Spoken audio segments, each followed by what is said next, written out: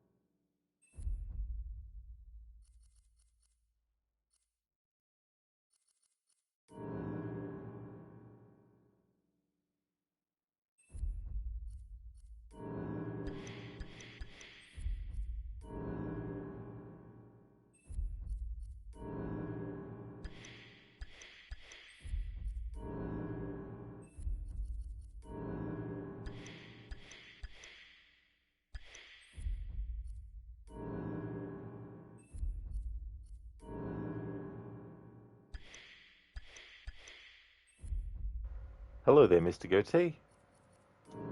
How's things, dude?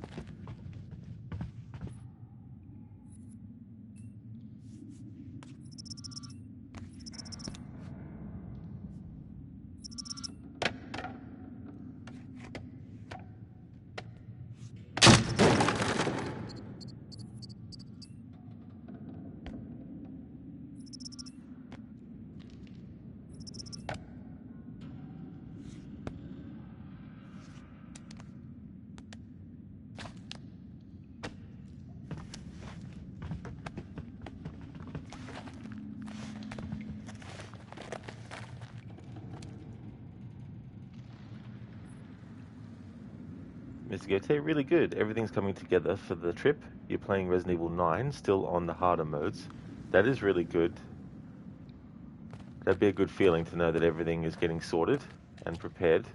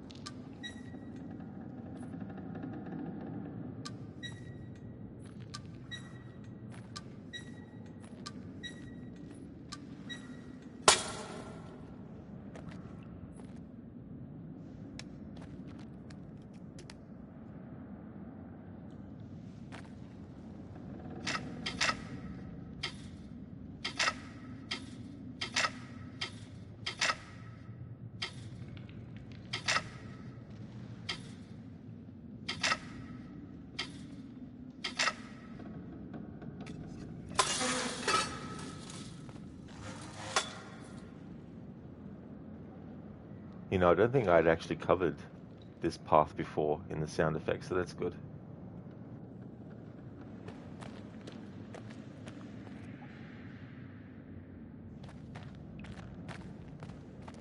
Yeah, I hadn't, because I've been getting to this spot through from that way. Mr. Gote, how's your progress going with the game? Well, it's a bit hard to say because there's so many different replays I need to do, and so many different things I need to do over and over and over and over and over again. And I've actually lost my train of thought of what I was actually doing or what I intended to do at the start of this stream, at the end of last stream. Gone completely blank. But I think I've got I think I've got Ashley and Chris dead again at this point, but I can't remember now. But I'll be able to find out when we get to chapter 10.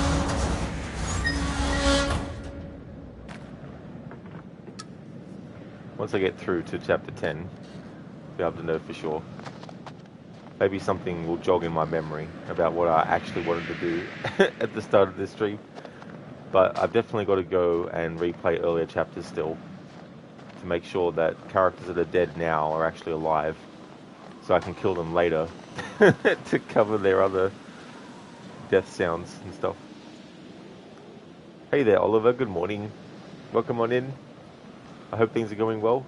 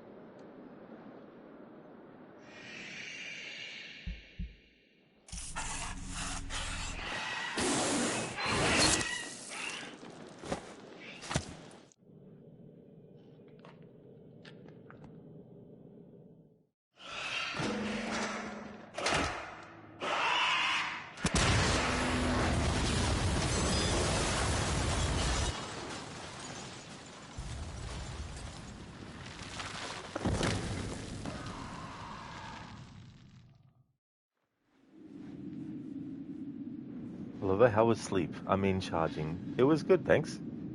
Mr. Goethe, you'd hate to see me do something like this in Final Fantasy X or Kingdom Hearts or a big RPG game where it would take hundreds of hours to maybe trigger one thing. Yeah, at least with this game, because it's broken up into chapters, at least it's a bit more manageable in that way. Hey there, Code. How to lose 40 pounds, the monster diet. That is true, except in the case of the Wendigo in this game, with that diet, you would first have to gain a few pounds from eating a human, and then, and then you'd be able to lose all that plus more, and you get superhuman strength. But yeah, you probably wouldn't be able to use the internet or anything ever again. So you have to weigh up your weigh up your choices. Mr. Gote, want to do 90 pounds, do the Dark Souls combat roll but forced, and only drink white monsters or sugar-free. Yeah, that'd be the thing too as well. Just roll around everywhere. Just do the rolling, rolling, rolling, rolling, rolling.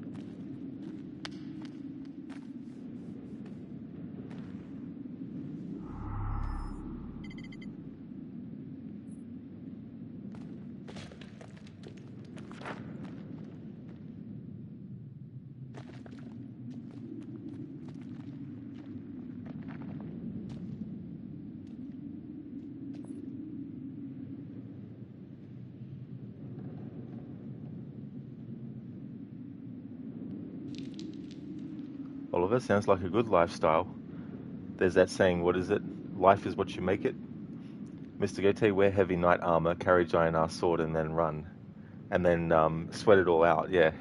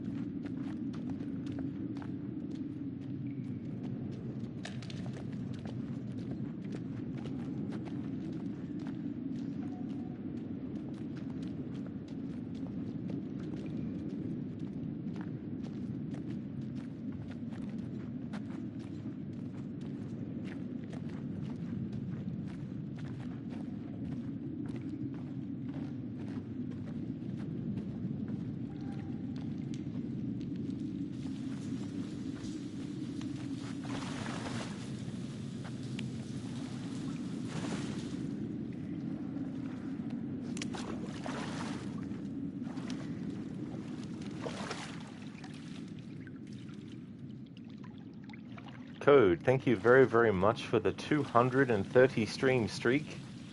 That's excellent. Thank you very much for that code.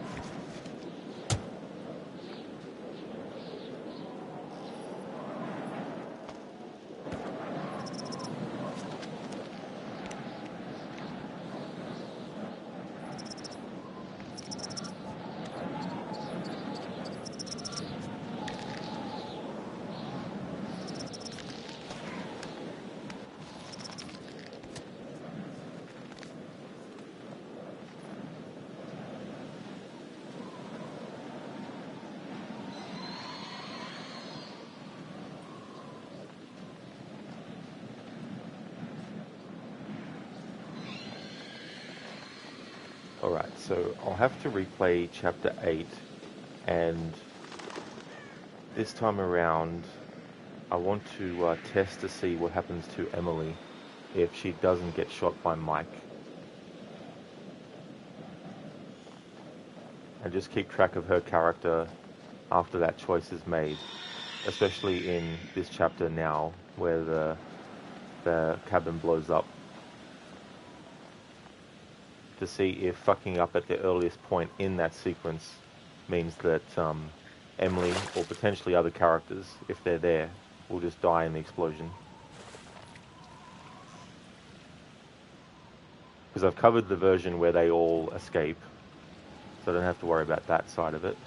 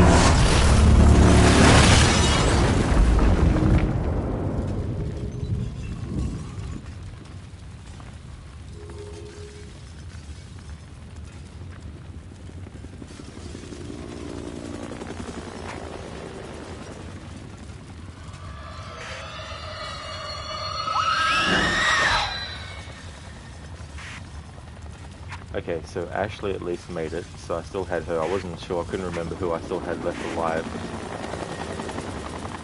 If I look at the guide, it'll tell me which order the characters leave in.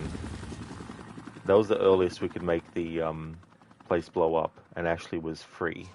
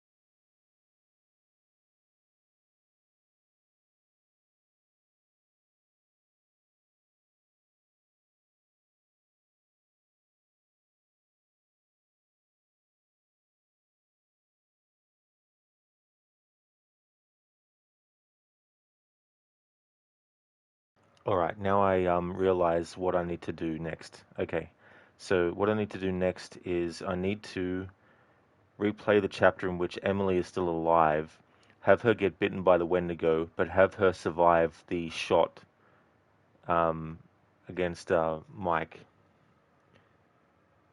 as in, like, Mike doesn't shoot her. Because I need to get the moment where Emily's really pissed off at him. Although, thinking about the larger picture, I'm probably better off leaving that until I'm ready to do the version where I have to get everyone alive, except up until a certain point. So chapter 8 was where Emily can get shot, and I've already covered all those deaths of hers there.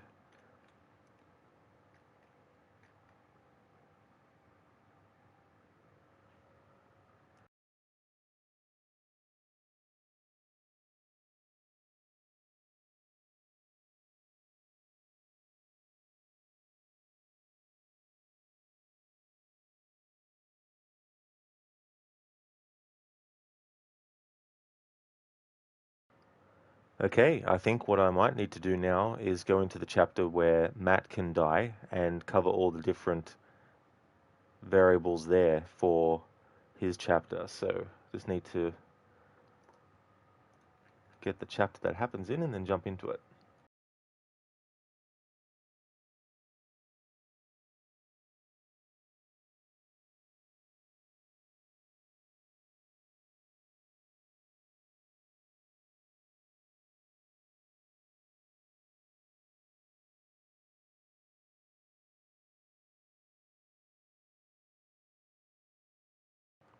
All right, so the good thing about this is that the sequence at the start of chapter 6 where Matt can die means that once I've gotten each variation, I can then just replay the chapter and keep on doing it that way, like I did with Emily's deaths. All right, so that's what we do. We go into episode 6, and in this pass through, Matt is still alive.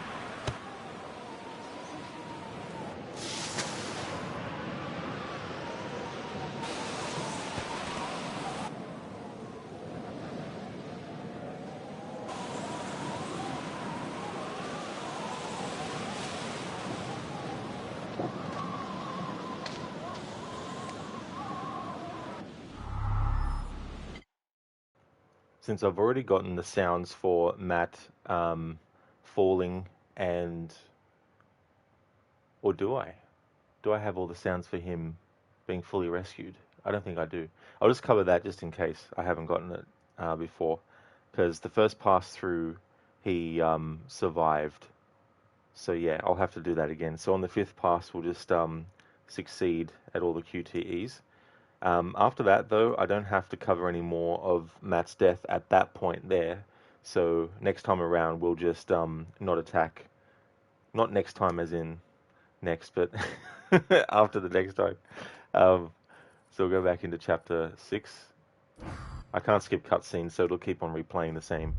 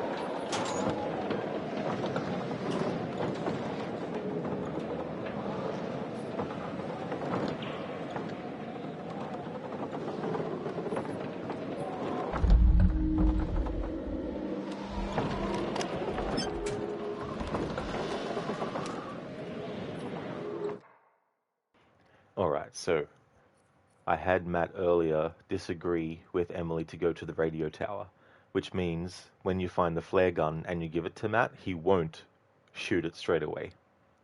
If he shoots it straight away, then that means that you had him agree earlier to go to the radio tower. So having him disagree and giving him the flare gun, he'll save it for later, which gives you an opportunity to save him from being killed, as long as you do the QTE, of course. Simply having him with the flare gun and him not shooting it doesn't guarantee he's going to survive that part. You still need to actually aim and shoot in that moment for him to survive. But that's good that I can do this variation, because I needed him to disagree so that he would still be able to die by not shooting the flare. But if I needed him to live for another pass through, I could definitely have him just shoot the flare. So what I'm going to do is, when we get to the point where he gets attacked, because I've guaranteed at the moment that he's got the flare on him, I just simply fail the QTE to shoot the flare and cover his death in that moment, and then I can replay the chapter, and then next time around actually shoot the flare and save Matt, because I need Matt alive ultimately to have him be in the mines later on exploring and stuff.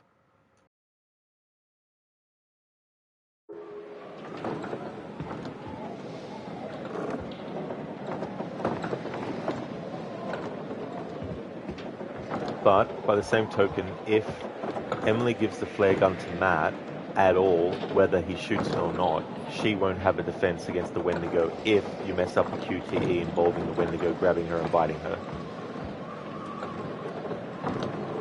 Because she does have the flare gun, and she hasn't shot it off as well, because you can have Emily keep the flare gun, and then you can choose to have her shoot it off if you want. So you can fuck yourself up that way if you're wanting to have the character of Emily still be able to potentially sort of survive. So coming up, there's going to be a lot of loud sounds in this part, because the radio tower is going to be tumbling down, and there's going to be a lot of sounds of crashing and creaking and all that kind of stuff coming up. It's just a heads up for the headphone users.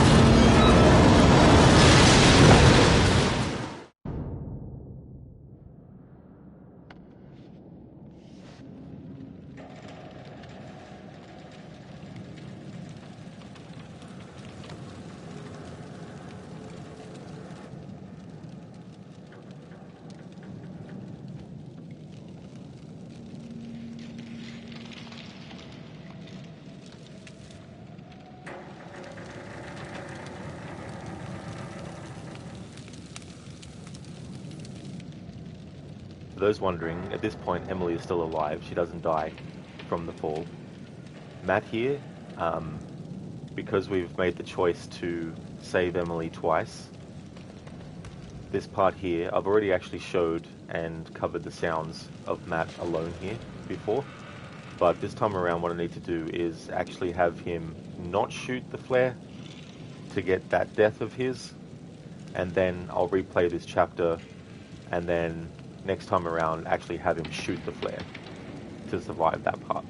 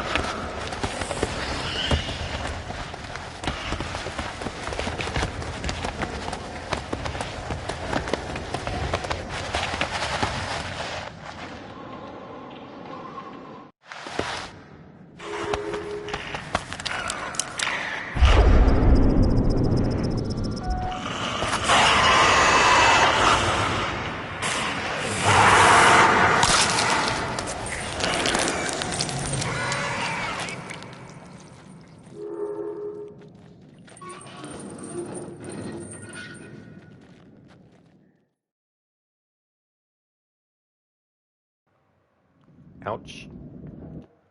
Okay, so I've covered that. Next time we have him shoot the flare.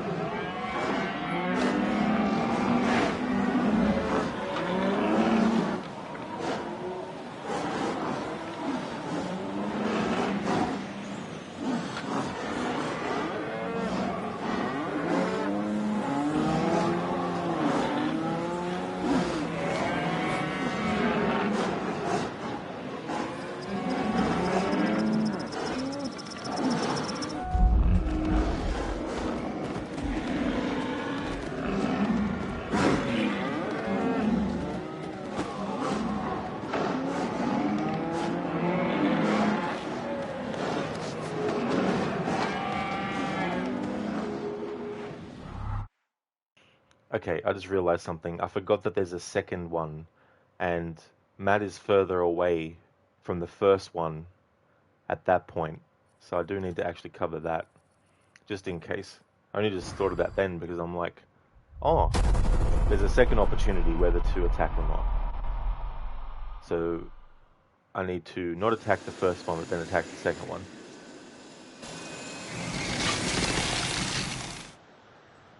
I mean, there might not actually be a difference in the visuals of it because they might have just decided that there was no point doing a variation where Matt was further away from the edge of the cliff. So they'll probably just reuse the same background and everything for if you hit the first one.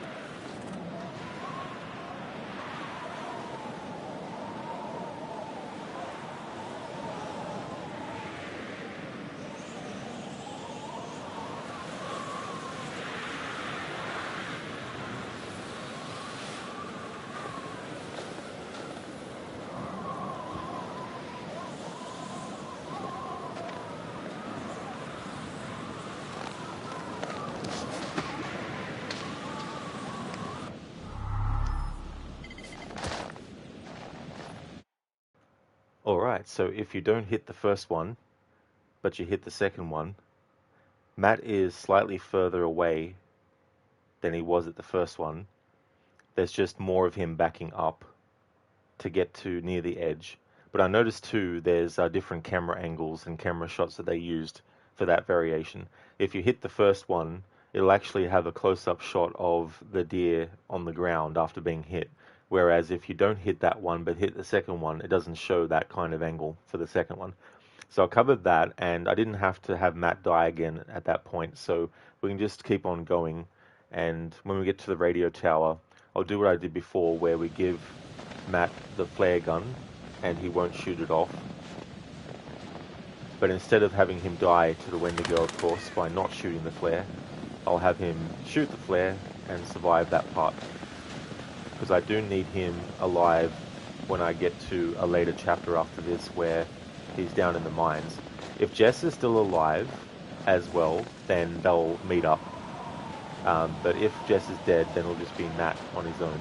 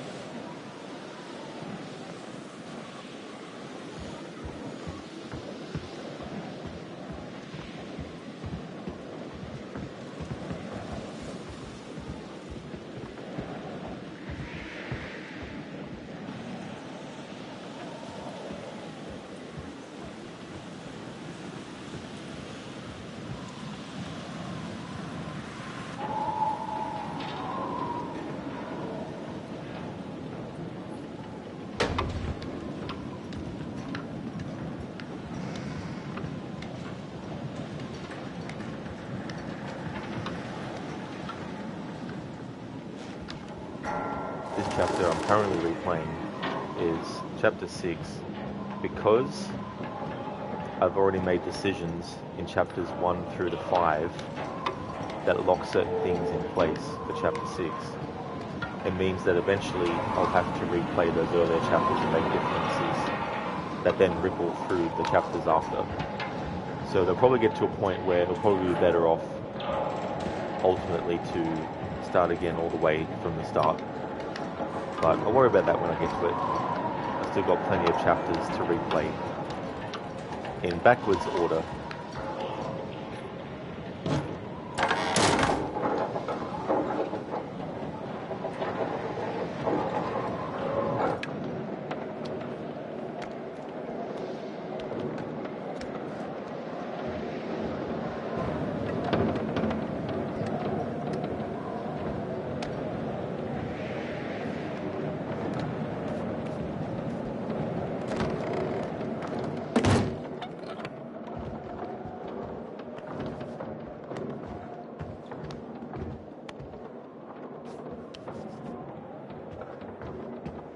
So we have Emily go back out onto here, and then we grab the flare gun and give it to Matt.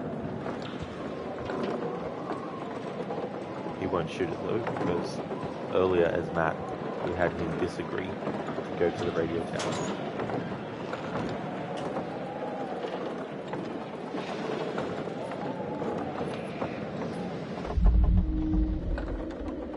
I guess the logic there is, the reason Matt doesn't shoot the flare gun, even if he disagrees with Emily earlier to go to the radio tower, is because he probably still thinks the radio tower was a bad idea, but he's proven right. But at this point, he probably thinks that the radio tower is still a bad idea. So when he gets given something like the flare, he probably thinks, well, I better hold on to this. I better keep it, just in case just in case I need it, or just in case we need it. That's probably the logic, maybe, that they might have went with as to why to make it that if you disagree as Matt to go to the radio tower, that when he gets given the flare gun, he doesn't shoot it, as opposed to agreeing to go to the radio tower. But then it's like, if he does agree to go to the radio tower, why would he shoot the flare gun straight away anyway? That's a bit of a silly move. But then again, this is a game that is supposed to also be paying tribute and homage to horror movies where characters aren't always that smart in what decisions they make, either before something happens or during the heat of a moment when something is going on. So I guess you could just chalk that up to it just plays into that trope. So coming up is another big loud sound effects showcase, because the tower is going to be falling down again.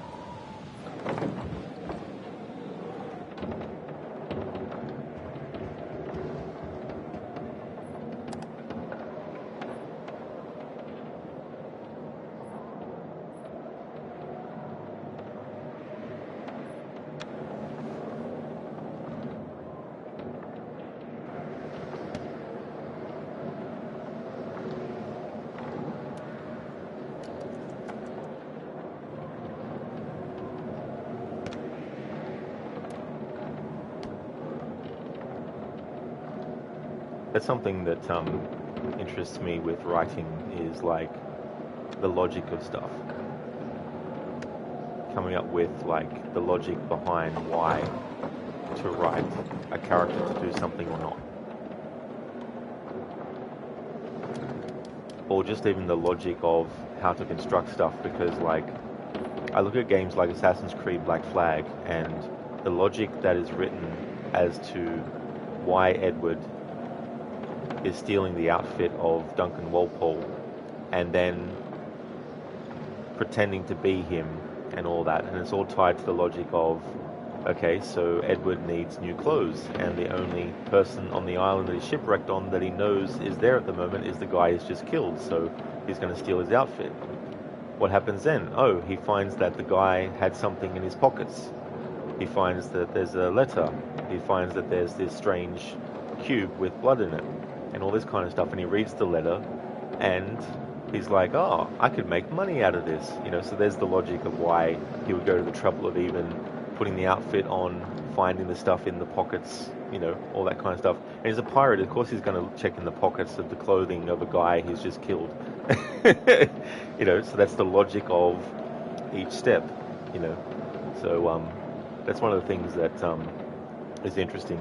And Isolation has some good logic as to why someone would go back to the same planetoid and interact with the same eggs that they find.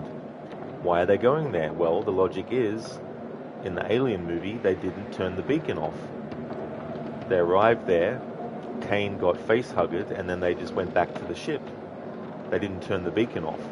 So in Alien Isolation, set 15 years later, a different crew of people come across the same distress beacon. So that's the logic of why these characters go there, plus also they're scavengers, or they salvage crew, So they're like, oh, we could explore this area, we could get some salvage, So the logic of stuff in storytelling is something that's interesting from the perspective of like seeing it when it's finished and tracking the logic through, but also the thinking through of that logic and coming up with, these small details that obviously build up to make sure that certain outcomes in the story happen. Just another heads up, there's going to be a lot of loud sounds in this part with the tower collapsing and everything.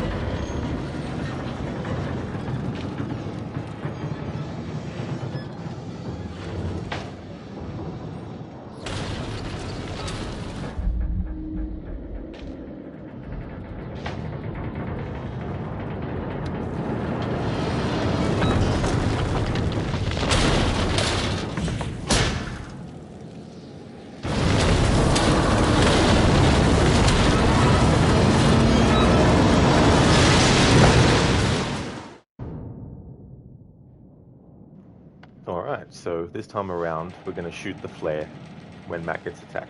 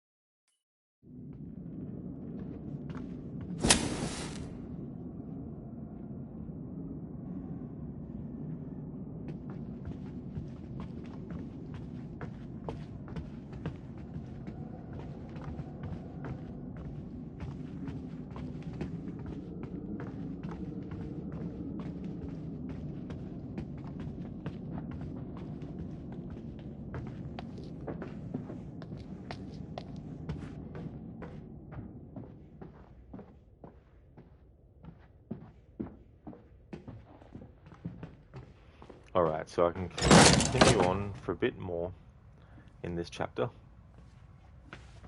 Because this is the chapter where Sam will get chased by the psycho.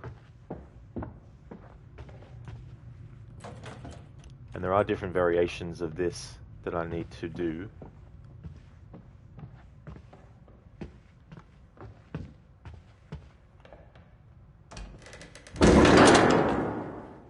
But last time I fucked up. In the sense that the specific things I wanted to happen didn't happen. But what did happen, I did need to cover at some point. But it means that I now have to try and do the initial thing I wanted to do to cover that sequence of events.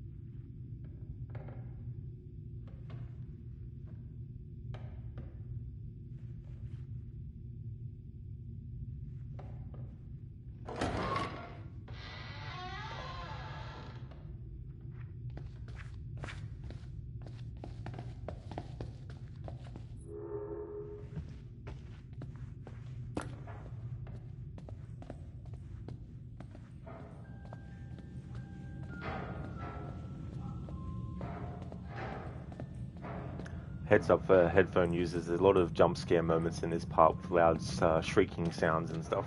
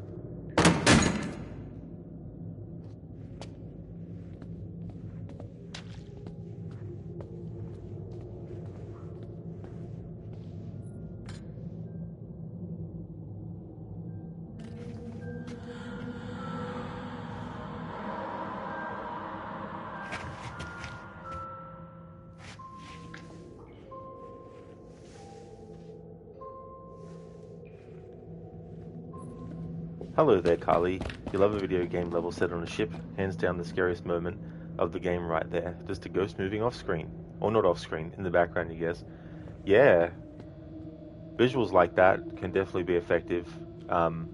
Sometimes jump scares are actually more effective too if there's no sound applied to the jump scare.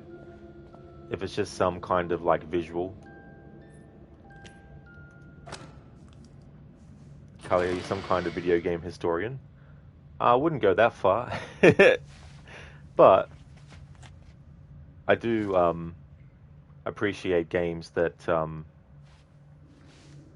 older, and also like I think that a lot of games that get remade should only just be remastered, you know, like, or re-released or whatnot. I don't think everything needs to be remade from the ground up.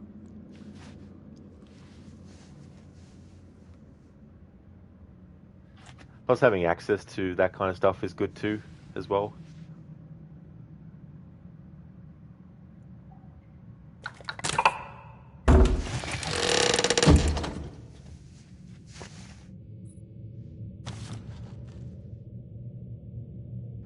But I am interested as well in the lineage of stuff, whether it's like movies or games.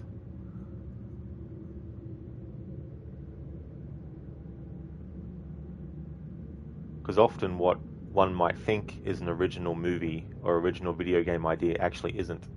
And a lot of the time it's an amalgamation of multiple different things that have already been done. It's just that it feels 100% fresh and original because what's been compiled together creates something that's a bit of a hybrid, you know. Like, for example, the first movie to decide, let's actually do a horror movie, but have some comedy in it, you know. I don't know what that movie was, but whatever it was, that was a very original idea at the time to combine those two genres that you wouldn't even think would go together at all.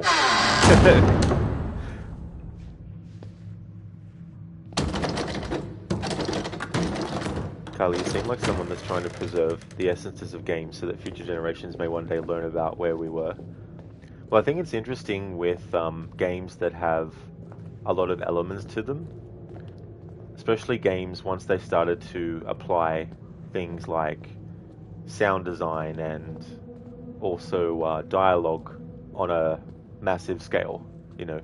Like, you look at the early games where dialogue might have just been like a sound bite, like a like a fighting game where someone's like or something like that. And then moving more into, like, you know, Resident Evil's scenario with the sort of, like, you know, the writing of that. But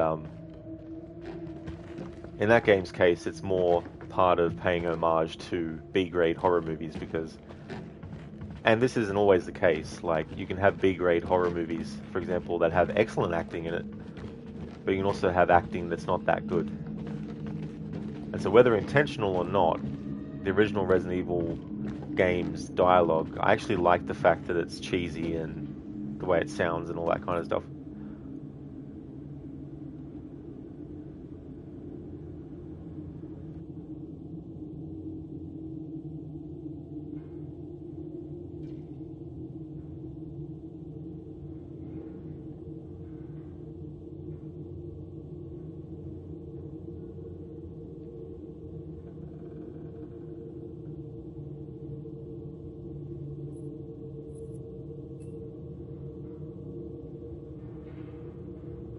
At this point, it doesn't really matter what dialogue choices I make. I've already actually covered both versions in case there was something sound-wise that was slightly different, depending on the choice.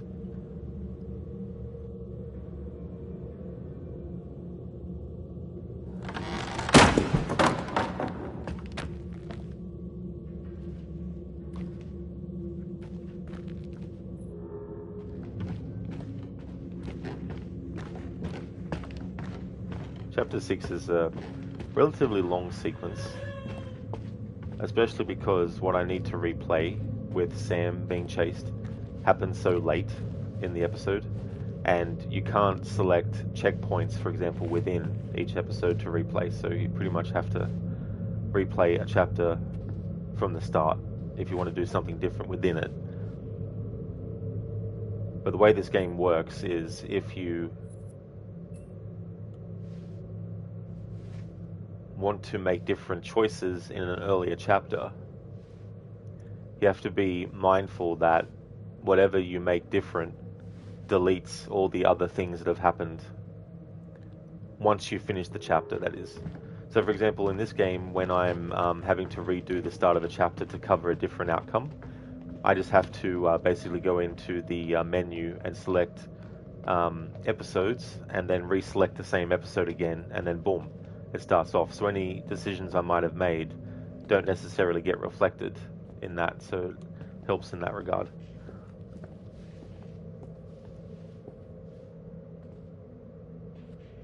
But with Supermassive's first Dark Pictures game, Man and Medan, they decided to add a system where you play through the game and you look at what you got, and you might be like, well, I want to actually make some changes, but I want to still keep what I've done just in case. Well, in that game and the other ones afterwards, you can make a save, different save file, and then that way you can guarantee that all the choices you made that you want to keep are still intact. But on a new save file, you can just go in and make differences, and it won't affect the other save.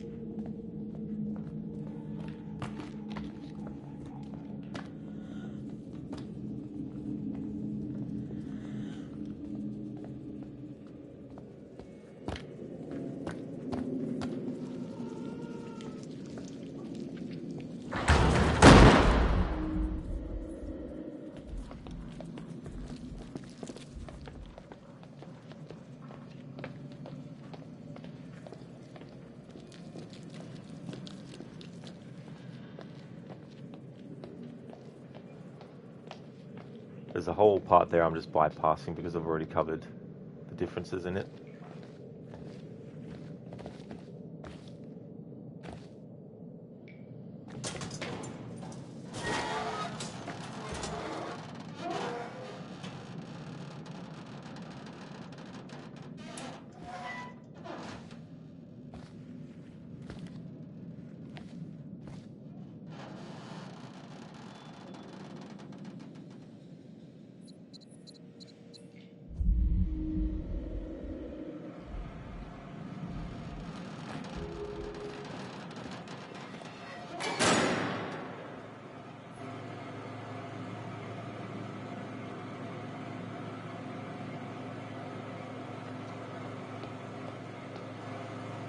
That's something I need to lock in this time around. I've already covered Chris's deaths later on, including when Ashley closes the door on him to let him die. So, because I'm replaying this chapter now, I need to lock in a new outcome for later. And this time I'm going to have Chris shoot himself. Actually, no. In my notes I said choose do nothing. So, doing nothing or having Chris shoot himself gives you the same outcome, but I haven't shown the do nothing in this playthrough yet. So that's something that's coming up in a moment.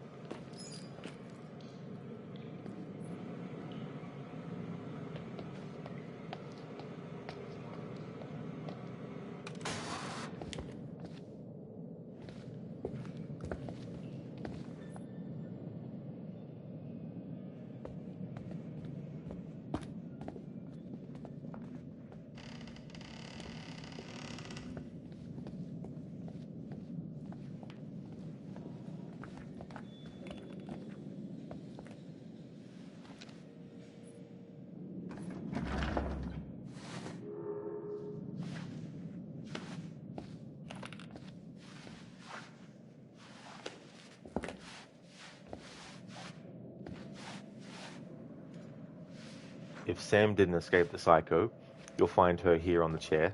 If she did, it'll just be a dummy with her clothing on.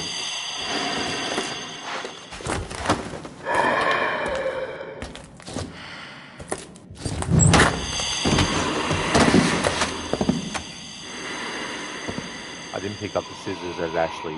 If you do, you get the opportunity to stab the psycho here. Okay, so there's going to be a lot of loud sounds in this scenario with gunshots and saw blades and everything. So I'm going to choose to do nothing when it comes to shooting Ashley or not. If you choose to shoot Ashley, she doesn't die because there's blanks in the gun, but Chris doesn't know that yet. But she'll hold a grudge against Chris, so that if you do make it back to the cabin when Chris is being chased by the Wendigo, she'll close the door on him. So if you want to avoid that potentially happening, you need to make sure that in this sequence here, you either have Chris shoot himself, or you just choose do nothing. In that way, if you do manage to survive the chase scene up until getting to the cabin, she'll then let him in.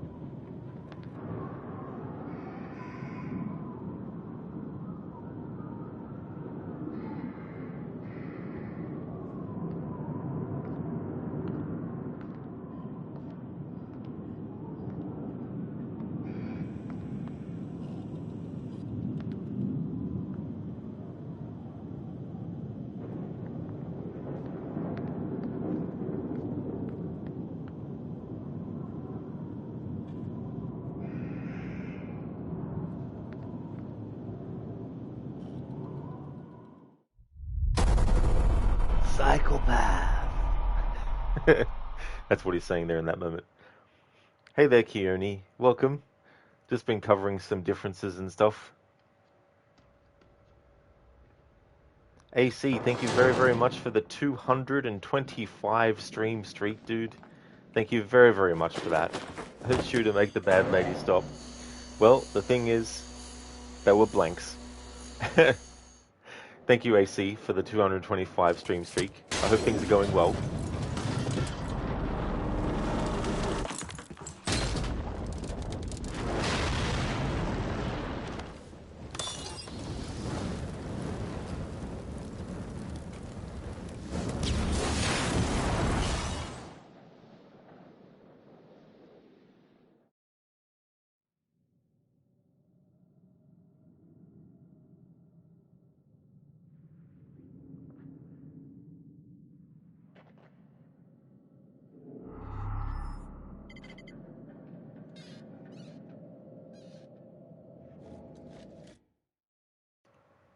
Alright, so I just need to check something with the status updates.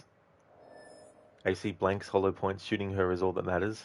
Yeah, in this game, if you make that choice, even if as Chris you survive the chase from the Wendigo, she'll close the door on him when he gets to the cabin and watch him get killed.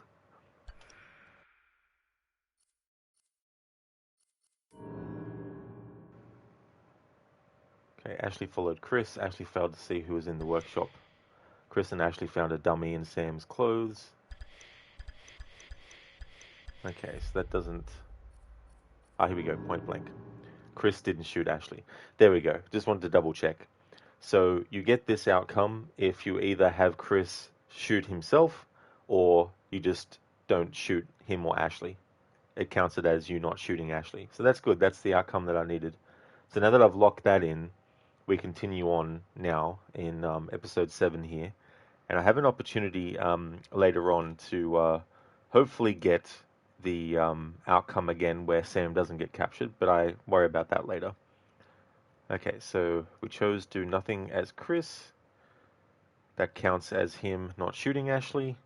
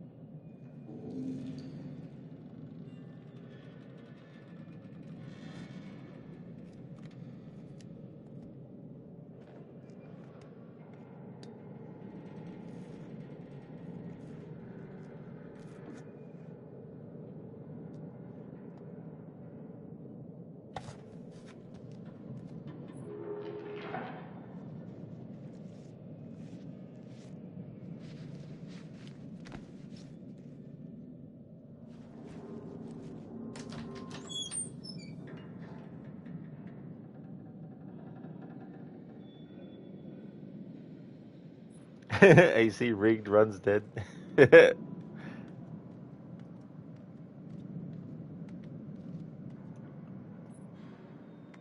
It's very tricky with certain choices in this game, especially ones where the actual consequences don't actually trigger until a later chapter. It's going well, thank you, Keone. Doing some more of this covering different character deaths. I've now reached a point where I needed to have some different choices made so that characters I needed to show their deaths for at one point are now still alive, so I can show their deaths at a later point. So it's definitely a fine-tooth comb process, that's for sure.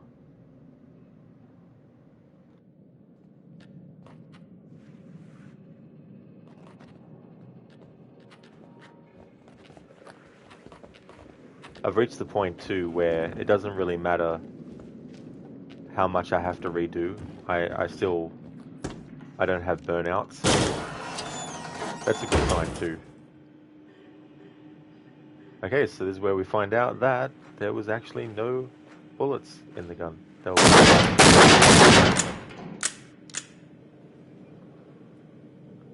We find out who the mastermind behind all this is.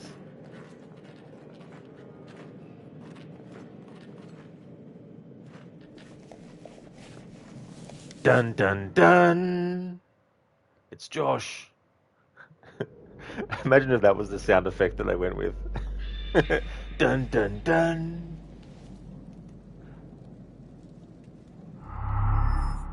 It's a bit like a Scooby-Doo situation too, where where the quote-unquote killer is revealed to be someone else. I was actually saying the other day that it would be funny if they did a Scooby-Doo game that was like Until Dawn in dialogue choices, except instead of the characters dying, they would just go missing. And then later on you'd find out what happened to them. And then you could have an outcome where Shaggy and Scooby are just in the kitchen. They're just in the kitchen chilling the whole time. Meanwhile, Fred, Daphne, and Velma are missing somewhere. But they'd be okay. They'd be off somewhere else.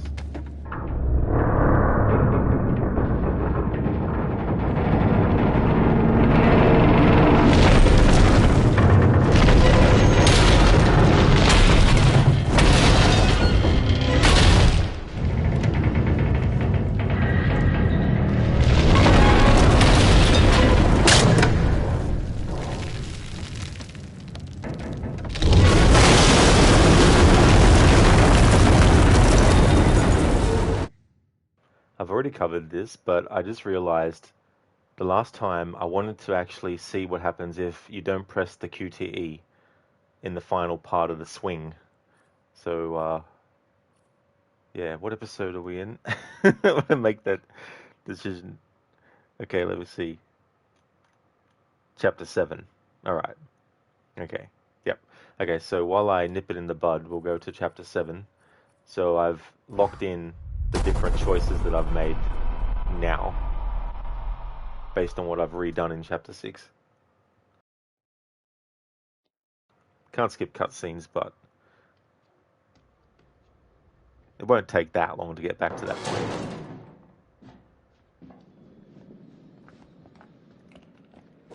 There's also a difference too I need to do where Mike still has his fingers, but he doesn't have the machete.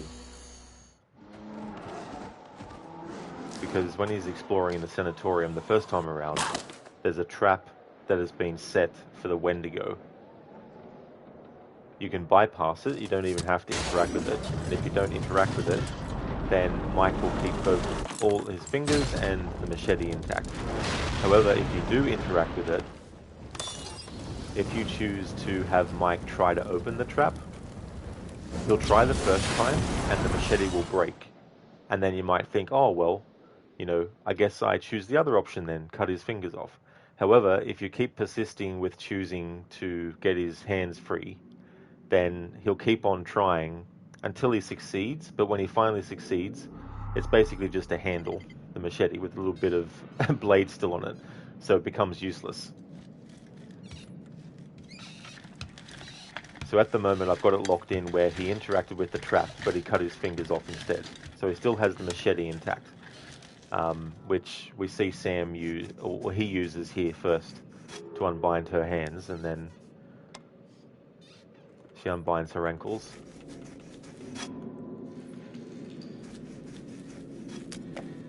But it can come in handy for Mike later on in a sequence. Now it doesn't mean that if you don't have it he'll die. It just means that when he gets attacked by the Wendigo, there is one attack in that whole sequence where if you have the machete, when you press the QTE, he'll actually use the machete on the Wendigo.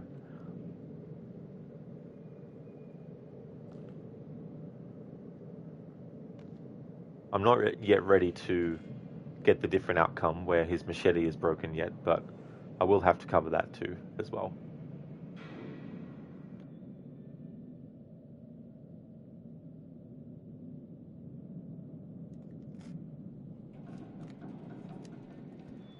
Might take this time to talk about the game's story leading up to this point. So this is the original 2015 game. I know that there's changes that they make for the remake that they did last year.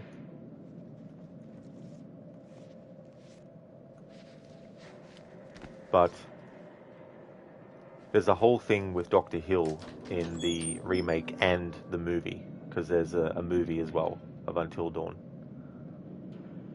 but they made changes to the character of Dr. Hill that are reflected in the game, because he's also in the movie. But this original game story, there's no such element of that.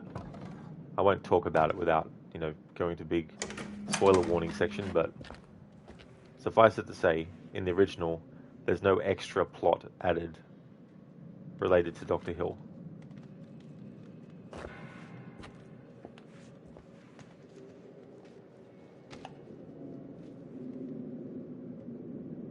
I still want to play the remake at some point, but I wanted to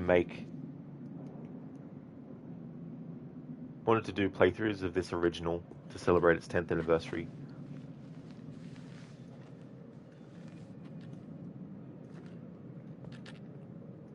And it doesn't celebrate its 11th anniversary until the 25th of August this year, so I have until the 24th of August to get this playthrough done.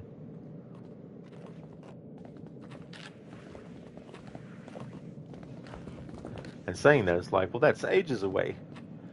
If this was the only game that I was playing, or had to play for my channel, then yeah, that'd be ages away.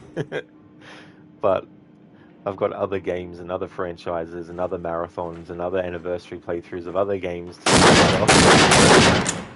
I can't be too relaxing with how long this playthrough takes. And then not to mention that there's 2 other playthroughs of this game I want to do outside of its 10th anniversary celebrations as well. Because we've got Directive 8020 coming out, which is the next Dark Pictures game by Supermassive. So I want to do another playthrough of this original Until Dawn by Supermassive as part of that. And then in October, I want to do playthroughs of their games as well. And there's also 2 playthroughs of Directive 8020 I'm going to be doing back to back. Okay, now this time I need to not succeed at the Q to E just to see what happens.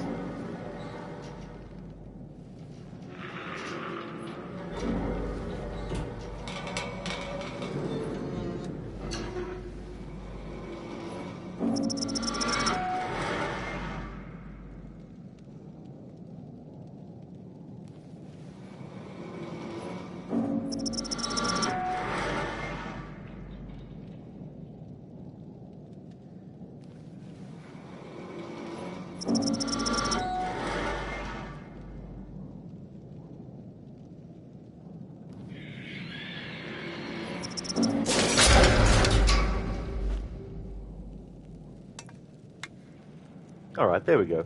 So that's what happens. They give you multiple opportunities.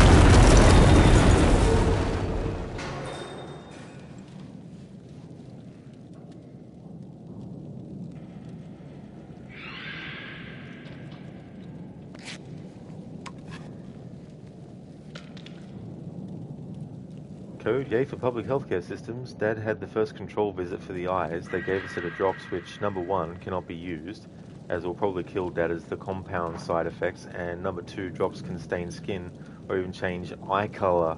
Oh, bloody hell, Code. Yeah, definitely don't want to use anything that's gonna, have major consequences and, also resulting in death as well. Are there any, alternatives that you'd be able to get? But then again, I guess it's that's extra money as well, potentially. Just goes to show it's definitely good to check what side effects can come about and all that kind of stuff and things.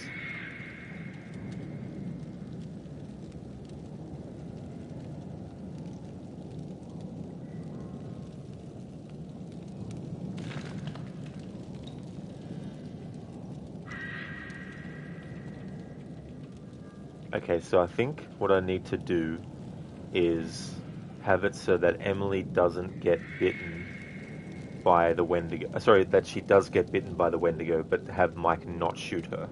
That was the outcome I needed to get this time around for Emily. Because the bite doesn't actually turn you into a Wendigo.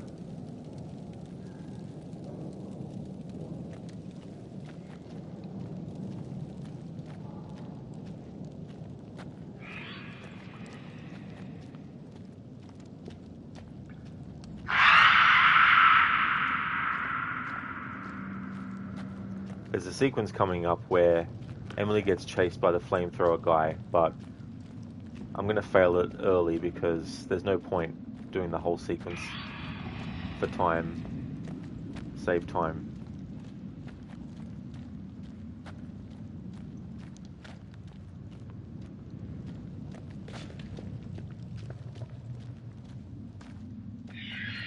Code, no idea, and the call lines are just goners. Have to wait probably a few hours to get past. Oh, that's the other side of things too.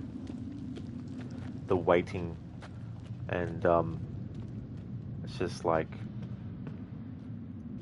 all the friggin' timings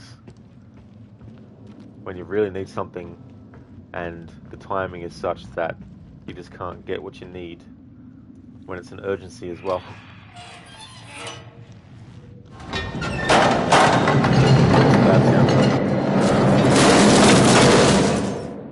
Might have already been happening as I was talking. I do try to give a bit of a warning for really loud sounds in this playthrough, but sometimes it's a bit hard. You get so, like, I'm so used to this.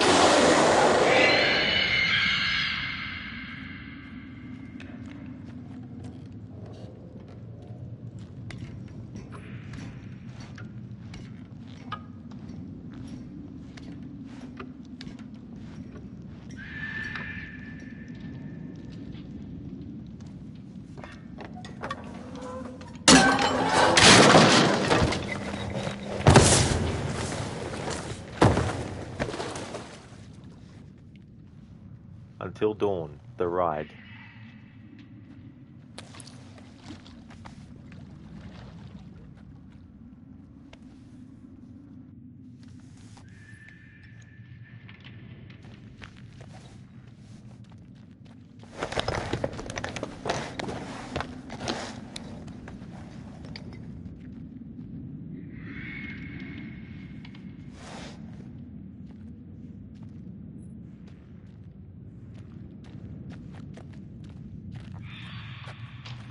Coming up soon, there will also be some choices to make as Chris when him and Mike have taken Josh and tied him up because they don't want him causing any more problems. And I've already chosen do nothing when the option to hit Josh or disarm Mike has turned up. And I've already done the hit Josh for the sounds. So this time around when we get to it, I'll choose the disarm Mike option.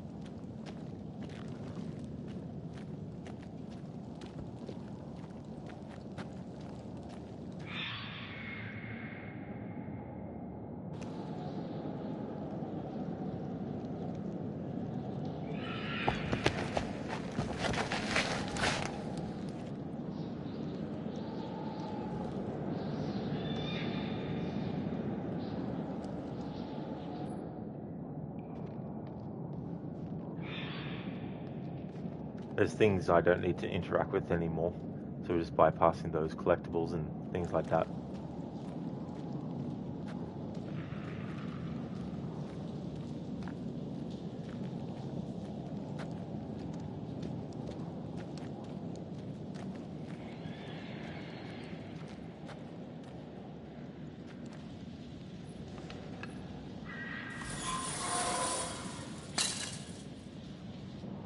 Okay, so in this next part, I'm going to fail all the QTEs to get through this little part here as quick as possible. Alright, so I've already explored there before.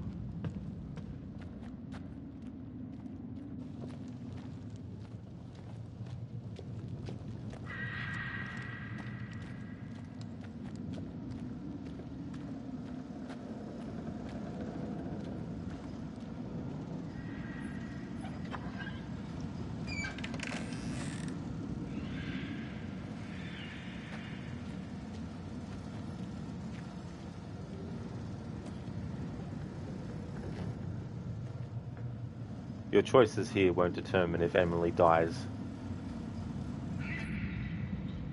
It just basically has her put into a different spot in the same location.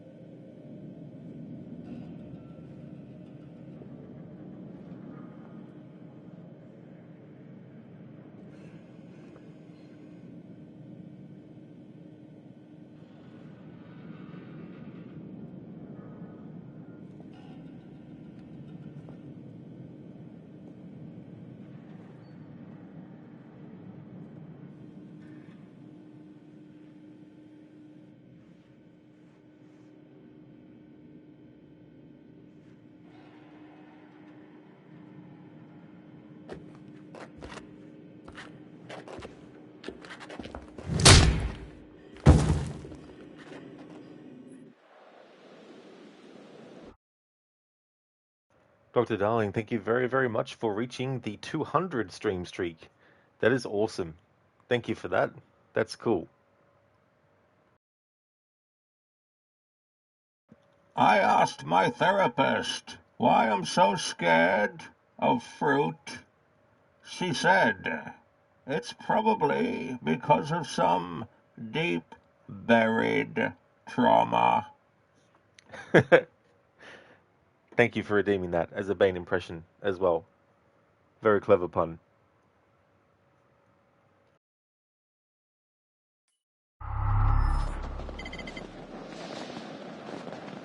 So in this scenario, there's a few choices. I've already covered what happens if you choose to do nothing. And I've already shown what happens and gotten the sounds for hitting Josh. So this time around I need to choose disarm Mike to get the sounds and stuff of Chris hitting Mike's arm to make him drop the gun. There's a few dialogue choices that can be made here before that point though. But I'm pretty sure I've covered all the bases there too, and there's not really much difference in the sounds based on that.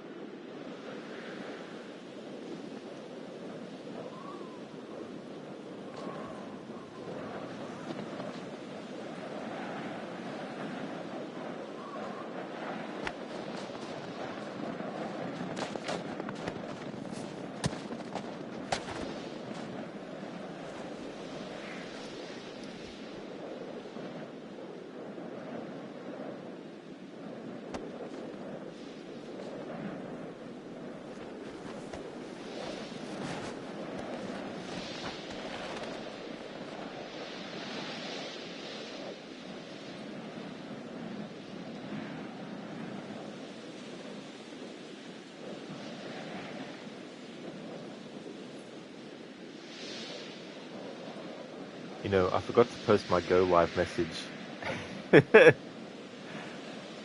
before I started this stream. Whoops.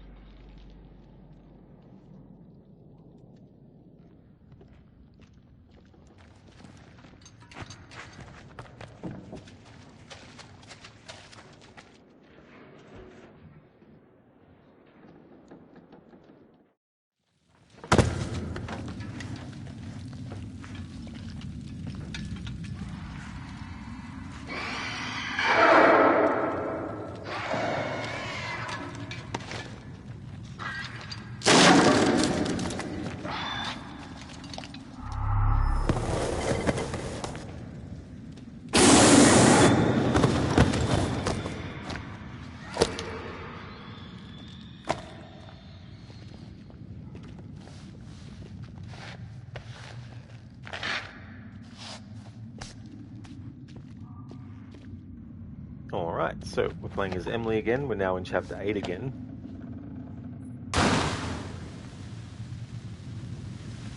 So in this chapter as Emily, this time around, I need to have her get bitten by the Wendigo.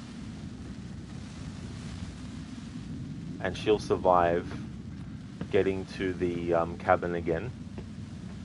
And then when the option to shoot her as Mike turns up, this time around I'll choose not to.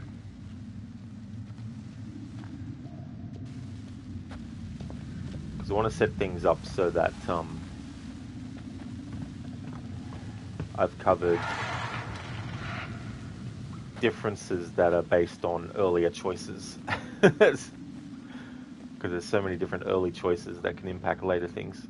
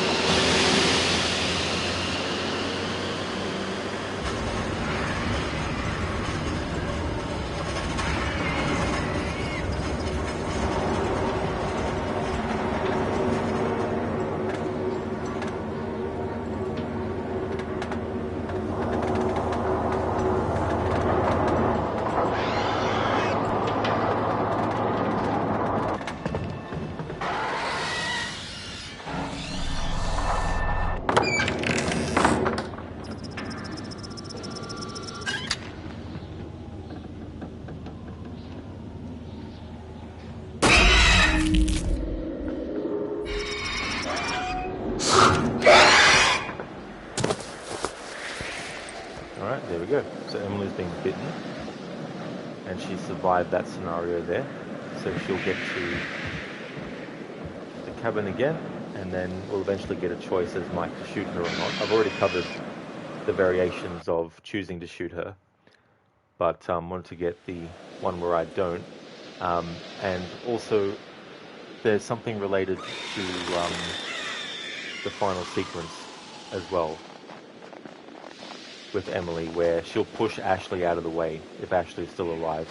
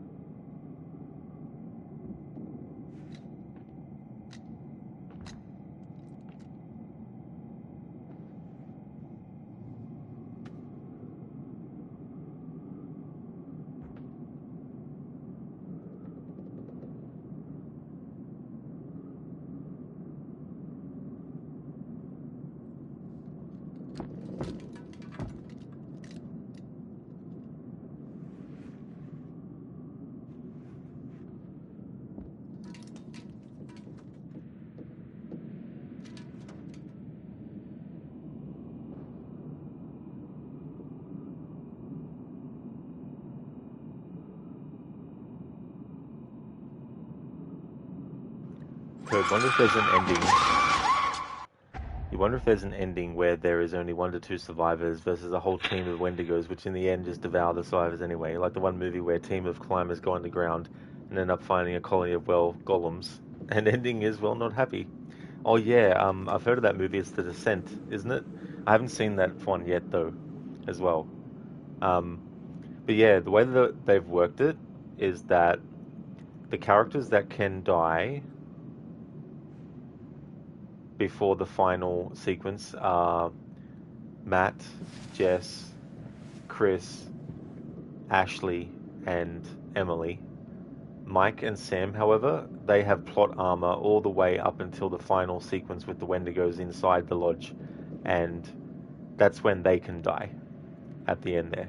So yeah, you can never have just like, well, I mean, in the final sequence, you can't have Mike without Sam or Sam without Mike as well. So yeah, it's always the two final characters to either survive or die. If the others are dead, is Sam and Mike. Although actually Sam can survive and Mike can die.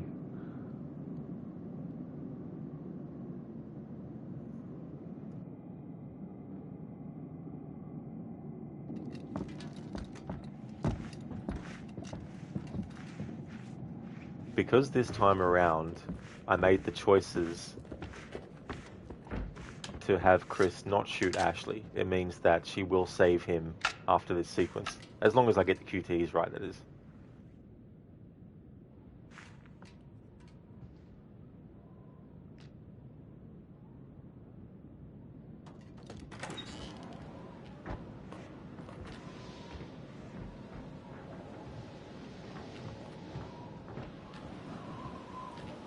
Oh shit, hang on. We didn't get the kissing scene. Why is that? We chose not to shoot her, so why is it not showing the other thing?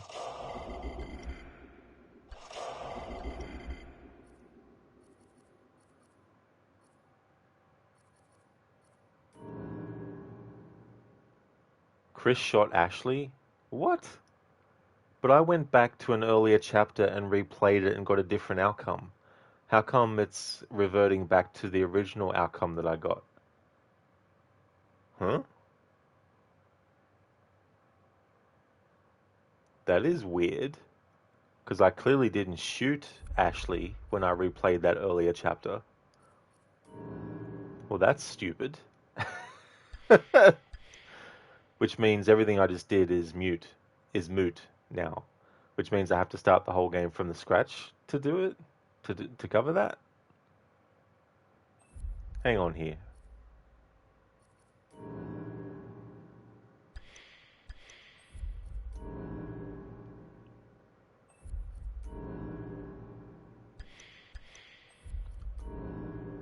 So those things happen before the point that I replayed.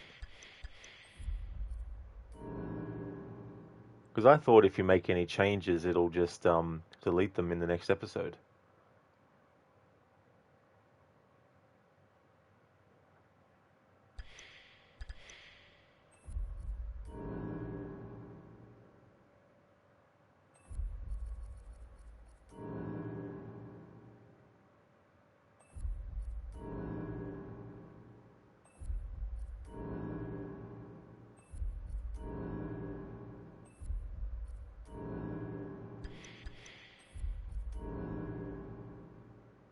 This is weird. Because it should change what the other chapters had based on replaying an earlier chapter.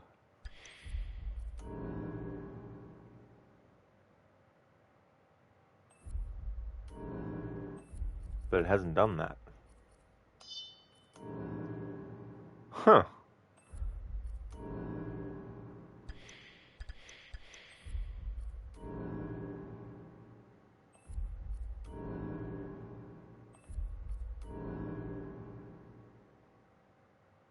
Chris shot Ashley. That is not... When I replayed that chapter and chose to do nothing, and then I checked the butterfly effect, it said that Chris didn't shoot Ashley. Now, I call bullshit on that. Well then, this throws an entire spanner in the works of what I was doing, which means to get this different outcome with Ashley and Chris, then I need to restart the whole game from fucking scratch to do that part. All right. In that case, we just keep on going with this sequence. As long as Emily is still bitten, it means that we still get the option as Mike to shoot her or not. But yeah, I think that's bullshit. Because it did say after I made the choice to not shoot that we didn't shoot Ashley. And that was before this chapter started. Usually when you make a change in a previous chapter, it deletes all the other chapters. But then again, maybe because of the way I've been doing it with the chapter replay, maybe because I haven't let things ultimately go through. That's probably what it is. It's probably because of what ending I got ultimately.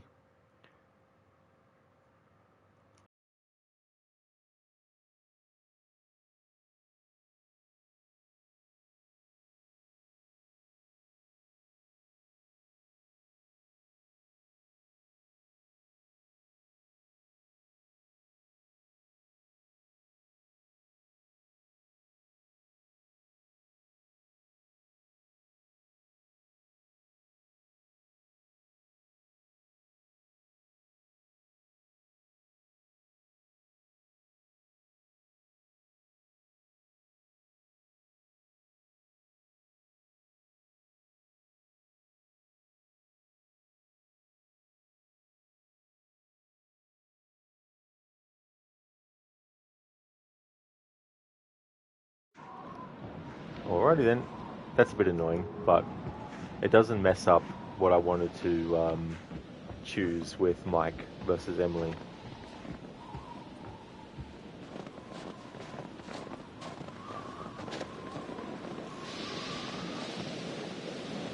Good thing I remembered what clues the game gives you to let you know ahead of time.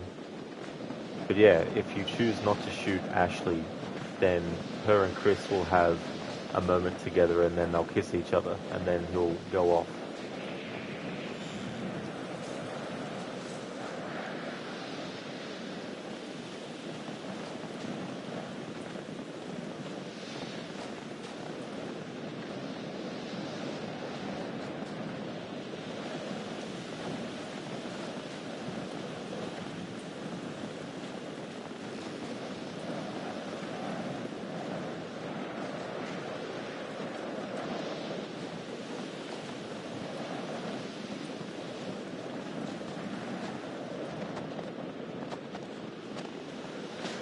Alright, so heads up, there's going to be a lot of loud sounds happening in the upcoming sequence. That's something I'll have to keep an eye out for as well, other instances where that will happen. So I can then have notes on all the choices I need to make starting from scratch versus the process of replaying chapters.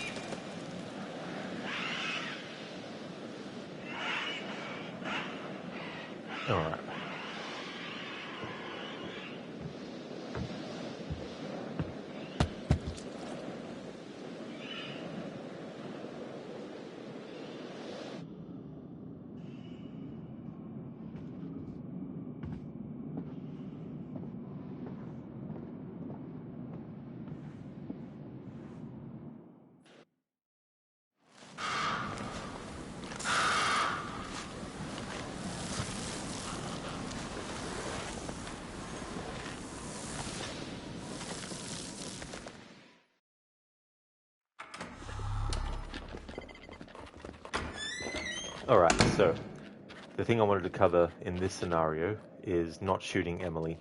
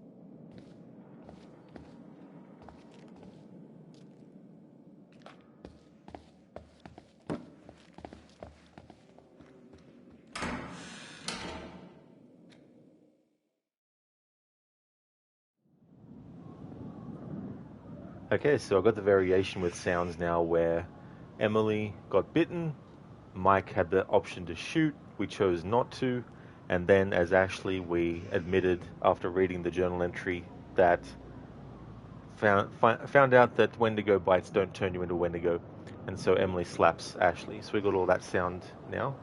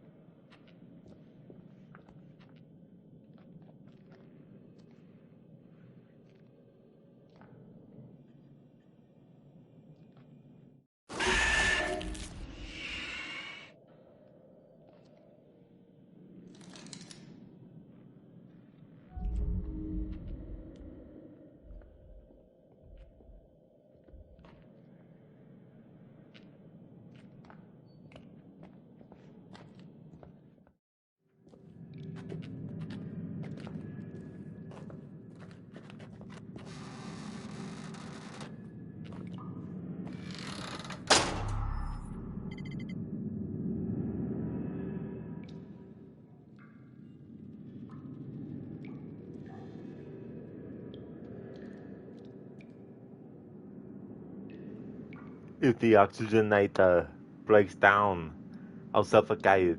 If the water reclaimer breaks down, I'll die of thirst. If the hub breaches, I'll just kind of implode. If none of those things happen, I'll eventually run out of food and starve to death. So yeah. Thank you for redeeming that, Dr. Darling, as an Arnie impression. What's that from?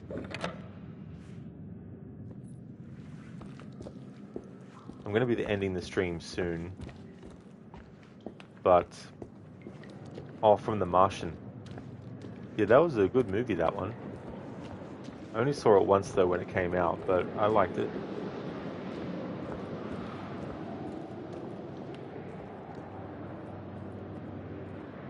Now that I know that the choice I made earlier to not have Chris shoot Ashley didn't actually get remembered by the game, and it instead locked into the outcome where he had shot at her, I'm going to have to restart the game, not next time, but eventually I'll have to restart the game from scratch. And any choices that I need to make sure are locked in from beginning to end, I'll leave that pass-through to worry about.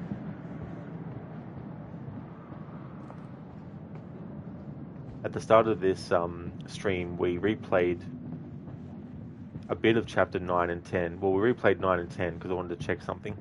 Um, and then we went to chapter 6 and we covered all the stuff with Matt dying and everything like that. But we haven't yet got to the point where, since Matt is alive now, when it switches to that. So that'll be something to cover in the next stream.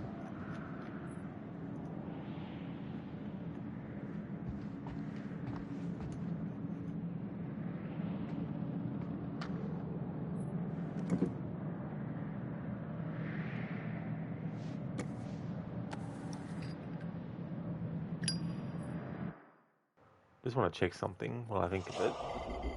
Butterfly effect.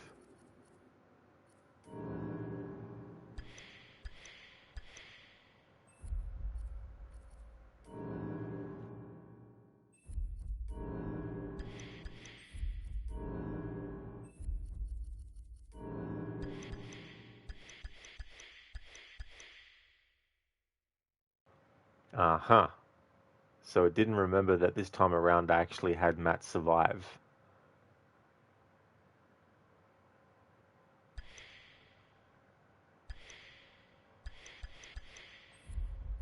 So that's something else I need to cover. Yeah, see? See? It didn't even remember that. So that's weird. It must be some programming thing related to the butterfly effect status update and chapter replays and all that kind of stuff. Anyway, that's something for me now that I know it is a thing that can happen to incorporate now into my planning for tomorrow's stream of this. So I just want to thank everyone for watching this stream. I really appreciate it. I'm going to be back in about an hour with Ghost of Tsushima to continue my playthrough of that. Before I go, though, I just want to give some shout-outs.